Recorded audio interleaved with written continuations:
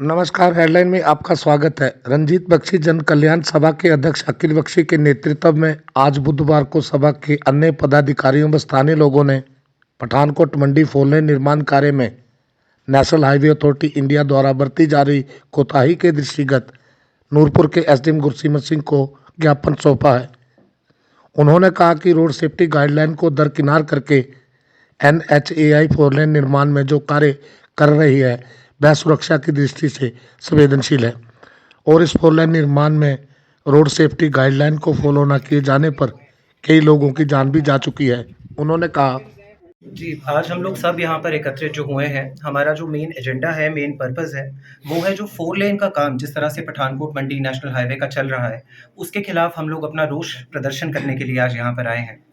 पिछले तकरीबन 2.5 साल से आप लोगों ने देखा होगा कि ये काम जो है कि चला है और किस गति से चला है, उसके बारे में भी आप लोग बहुत अच्छे तरीके से जानते हैं।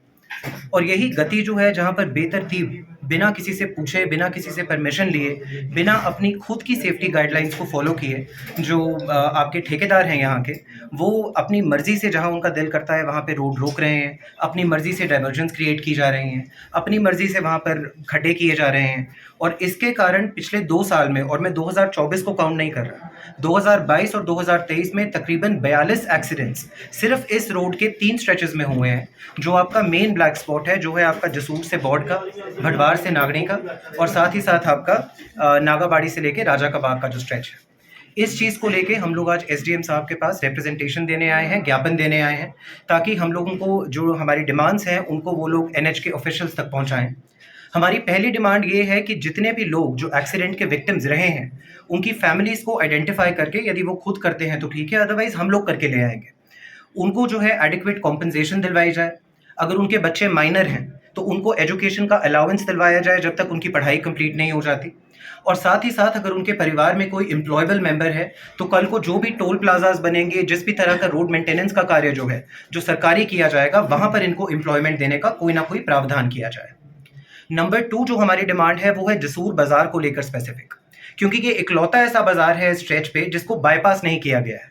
इसके ऊपर से एक फ्लाईओवर बनाया गया है ये कहकर कि हम बाज़ार को तंग नहीं करना चाहते, इसलिए हम फ्लाईओवर बना रहे हैं। और मेरा मानना है, और मेरा ये भी मानना है कि जितने भी जसूर के हमारे साथी यहाँ पर आ जाए हैं, वो भी इस बात से एग्री करेंगे कि जितनी तंगी इस फ्लाईओवर की वजह से जसूर को हुई है, मुझे नहीं लगता किसी और कारणवश कभी भी हुई होगी। ना बाज़ार का लेवल बचा है, ना वहाँ पर नालियों का कोई प्रोविज़न है। पानी जो है वो दुकानों में, घरों में घुसना शुरू हो गया है। रोज़ जो है वहाँ पर मिट्टी उड़ रही है, जिसकी वजह से हेल्थ के इश्यूज़, स्पेशली छोटे बच्चों को, एल्डरली लोगों को, एस्थमेटिक पेशेंट्स को बहुत ज़्यादा हेल्थ इश्यूज़ हो रहे हैं। और बिज़नेस का जो रूटीन में लॉस हो रहा है वो अलग। हमारे लिए ये कहना बहुत आसान है जी कि दिवाली का सीज़न है, कहीं जाकर शॉपिंग कर लीजिए, पर जिसकी रोज़ की सेल 5,000 की थी और वो सिर्फ़ 500 रुपए की रह गई है, वो अपना घर किस तरह से चला रहा है ये वही जानता है। इसलिए हम लोग चाहते हैं कि जसूर बाज़ार का जो फ्लाईओवर है, उसका निर्माण एक विदिन डेडलाइन जल्दी से जल्दी किया जाए, और साथ ही साथ जो है इसको पूरे तरीके से जो है इस चीज़ की एक प्रोविज़न जो है वो हमारे सामने करवाया जाए।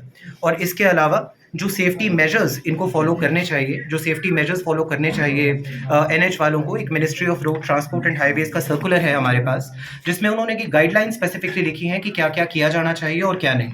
जिनमें से मुझे नहीं लगता, हम इनको एसडीएम साहब के सामने पढ़ेंगे भी, तकरीबन 10% गाइडलाइंस भी उसकी फॉलो नहीं की जा रही है। तो हम लोग सिर्फ इतना चाहते हैं कि अगले 15 या 20 दिन के अंदर-अंदर एनएच के जो भी ऑफिशियल्स हैं वो यहाँ पर आएँ, हमारे साथ नेगोशिएटिंग टेबल पे रहें, हमारे पब्लिक के ग्रीवेंस सुनें, और इसके बारे में जो एक्शन ले सकते हैं वो ऑन द स्पॉट एक्शन लें। अदरवाइज़ एक पब्लिक इंटरेस्ट को रिप्रेजेंट करने वाली संस्था के तौर पर हम लोग मजबूर हो जाएँगे इन मैटर्स को अपने हाथ में लेने में, और हम इलेक्शन टाइम के दौरान इस तरह का कोई भी काम नहीं करना चाहते जिससे किसी को कोई प्रॉब्लम हो। धन्यवाद। आज जैसे रंजीत बख्शी जन कल्याण फाउंडेशन की तरफ से बहुत सारे लोग आए थे, जिन्होंने अपना एक मेमोरेंडम भी दिया है और उसके साथ से 7-8 पॉइंट्स भी दिए, जिसके अंदर मेन एक तो विक्टिम्स जो कि जिनकी एक्सीडेंट में डेथ हुई है, इनके लिए कुछ अलाउंसेस या क्या है एनएच की तरफ से। इसके अलावा जो हमारे रोड जो बन रही है उसका हमें आगामी जो बारिशें आएंगी जून जुलाई में, उससे पहले एक स्ट्रेच पूरा रेडी हो जाए। उसके अलावा सेफ्टी मेजर्स के बारे में, और जो जसूर मार्केट का जो इशू है, तो इसके रिगार्डिंग जो हमारा कंपनसेशन और इसका इशू है, इसके रिगार्डिंग हम एक एनएचए के साथ एक बैठक करेंगे, उनको हम एक लेटर लिख के उनको बोलेंगे कि वो नेक्स्ट वीक के अंदर यहाँ आएँ और इन सब जो पॉइंट्स हैं, जो कि टेक्निकल पॉइंट्स हैं एनएचए की तरफ से, उनके ऊपर क्लैरिटी दें। जो हमारी जसूर मार्केट का इशू है, ये भी हमारा लॉन्ग पेंडिंग एक इशू आता है बीच-बीच में कि वो जो स्प्रिंकल नहीं हो रहा। और अब हमने रिसेंट विज़िट्स में देखा कि वहाँ पे बहुत सारी मिट्टी जम गई थी।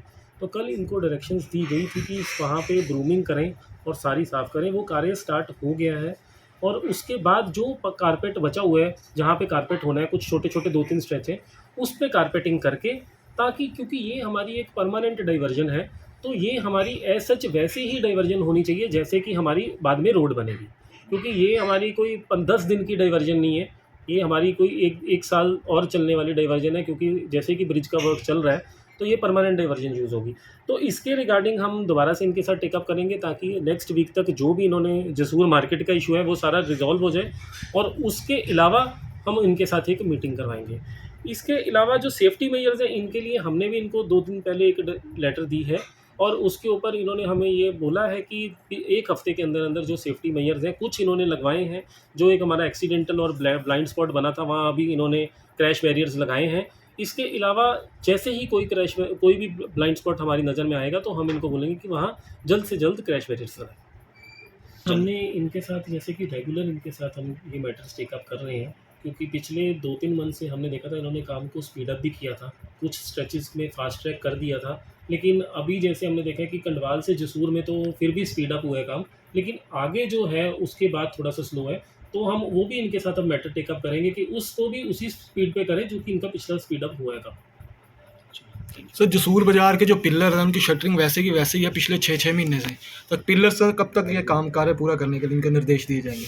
नहीं, इसके लिए मैं वही बोल रहा हूँ कि जैसे कि इन्होंने जो भी टारगेट्स लिए हुए हैं पिलर्स को कंप्लीशन के, जैसे कि आपने आज जो आए थे इन्होंने ये संज्ञान में लेके आए हैं कि कुछ ऐसे पिलर्स हैं जो कि कंप्लीट हो गए हैं, लेकिन उनकी शटरिंग उतनी नहीं है। बट इसमें मुझे एक बार इनको चेक करना पड़ेगा, क्योंकि ये इनके सारे प्री स्ट्रेस्ड कंक्रीट पिलर्स हैं, तो इनमें शटरिंग का और इनकी जो क्योरिंग है उसके बाद क्या टाइमलाइंस हैं, वो अगर मैं एक बार इनसे लूँगा, उसके बाद मैं आपको इसके बारे में बताता हूँ। हिमाचल हेडलाइन न्यूज चैनल को लाइक शेयर सब्सक्राइब करना ना भूलें। धन्यवाद।